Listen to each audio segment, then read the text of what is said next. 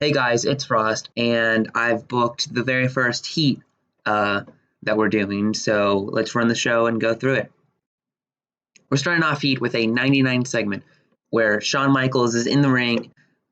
He's starting to talk about how he's feeling over the past couple months, how he's getting prepared for the Elimination Chamber, when Vince McMahon comes out there and kind of berates Shawn for thinking that he'll be the one to uh, win the Elimination Chamber. He kind of makes fun of Shawn for his failures in the past, his failures against Austin, how he's never been reliable.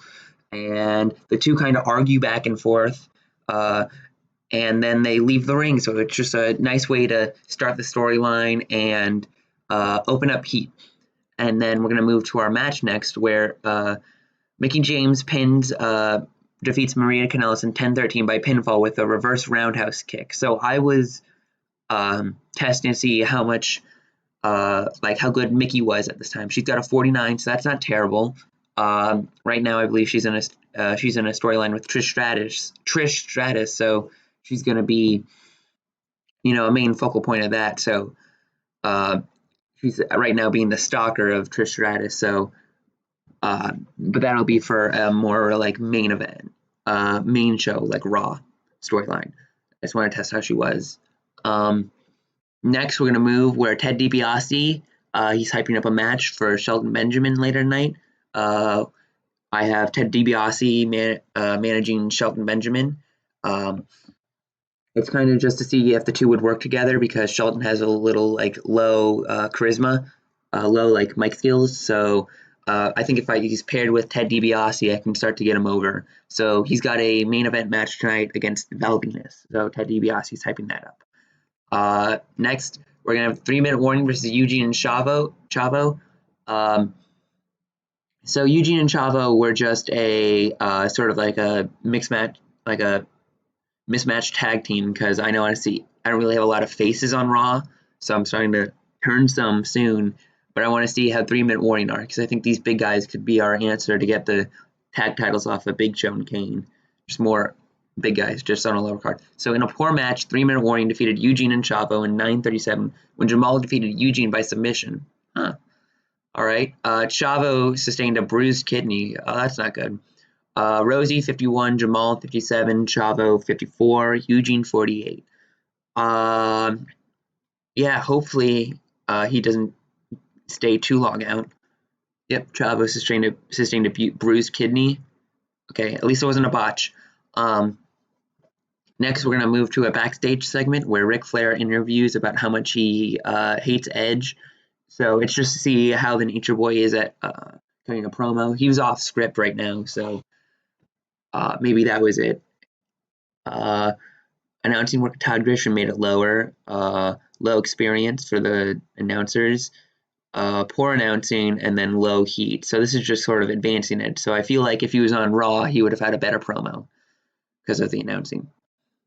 And the main event, in a decent match, Shelton Benjamin defeated Val Venis in 14:25 by pinfall with an exploder suplex after distraction from Ted DiBiase. So Shelton was off his game, that's good, but Ted did some good work at ringside, so at least they're doing well. So Val's not suited to his gimmick, okay. I'll write that down. Gimmick changes Val Venis. Oh, and so while I'm here right now, starting a list of backstage incidents. So he started off, I thought it was going to be like a bad omen, but Lance Cade pulled a great rib and everyone enjoyed it. So we kept locker room morale high. So that was actually pretty helpful. So the matches are very announced. Yeah, I think that's going to be the problem with Heat is getting announcers. So Shelton Benjamin was 62, but he was off his game. And Val Venis 52. Oh my God. I know he's old, but you got to do better than 52, right? Shelton 62 off his game, so that's kind of around his pop. So I want to see how he is actually with when he's on his game. So that'll end the show, and it'll have a 68 heat. So nothing terrible, but now we're gonna move on to Raw. All right, this is Monday Night Heat, and let's get started. We open up the show with a 90 rated segment. John Cena's in the ring. He talks about how he's going to be a fighting champion. He's not afraid of the Elimination Chamber this Sunday at New Year's Revolution. And out comes Shawn Michaels, and Shawn Michaels kind of shows respect for the young John Cena. John Cena shows respect for the veteran Shawn Michaels, the multi-time world champion. When Carlito and Chris Masters come out and they challenge John Cena and Shawn Michaels, they say that they deserve to be champions and that they can kind of like that to prove themselves that they're going to be a real threat at the Elimination Chamber. So that sets a match up for tonight. Go without pre-booking. And a quick match, a decent match. Edge defeated Scotty Duhati in 9:31 with a shoulder block takedown. So Lita did some good work. Edge 67. Oh, that's not what I'm looking at for Edge. And then Scotty Duhati 39. So Edge kind of underperforming, I'll be honest. But we give him a mic. Edge says that he will beat the Nature Boy at New Year's Revolution. No one's a better Intercontinental Champion than he is, and that he's going to prove it to Ric Flair this Sunday night. So we're just advancing the storyline here.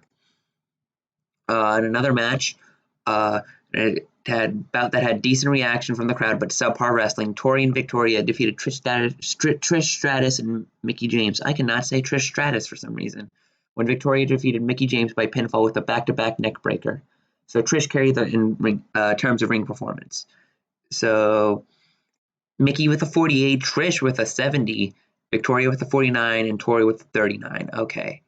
So we're just going through. So Mickie takes the fall, so Trish doesn't lose. But now that creates sort of a match for this Sunday where Victoria can kind of claim that she technically beat Trish Stratus and then therefore deserves a title shot. Shane McMahon and Vince McMahon are talking backstage in private. You can't really figure out what. They just talk a little bit about Shawn Michaels before they go behind closed doors once they notice a camera, and they sort of keep things behind closed doors, you would say. So Shane McMahon improvised well, and Vince McMahon was superb working with that script. In a decent match, Show and Kane defeated Cade and Murdoch in 14:03 when Big Show defeated Lance Cade by pinfall with the chokeslam. So this is sort of a storytelling match with just them, sort of giving Cade and Murdoch their kind of rematch clause, and they can't seem to hang on. So Show and Kane hang on to the titles. I should put Kane with the tag team titles just to have him with it because I like having the images reflect the champions. So yeah, Kane 68, Big Show 71, not bad for the two.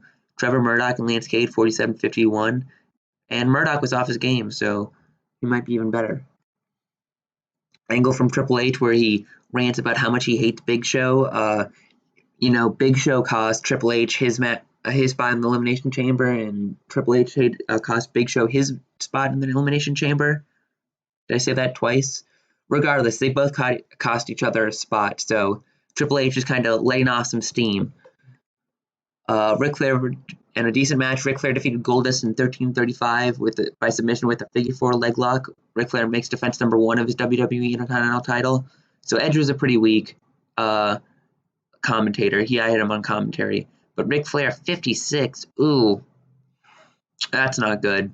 Rick, buddy, come on. Is it inconsistency, stamina, declining physical ability, and Goldust stamina? Okay, so he is super old, not just like normal old, he's super old. So we gotta figure out what we're doing there.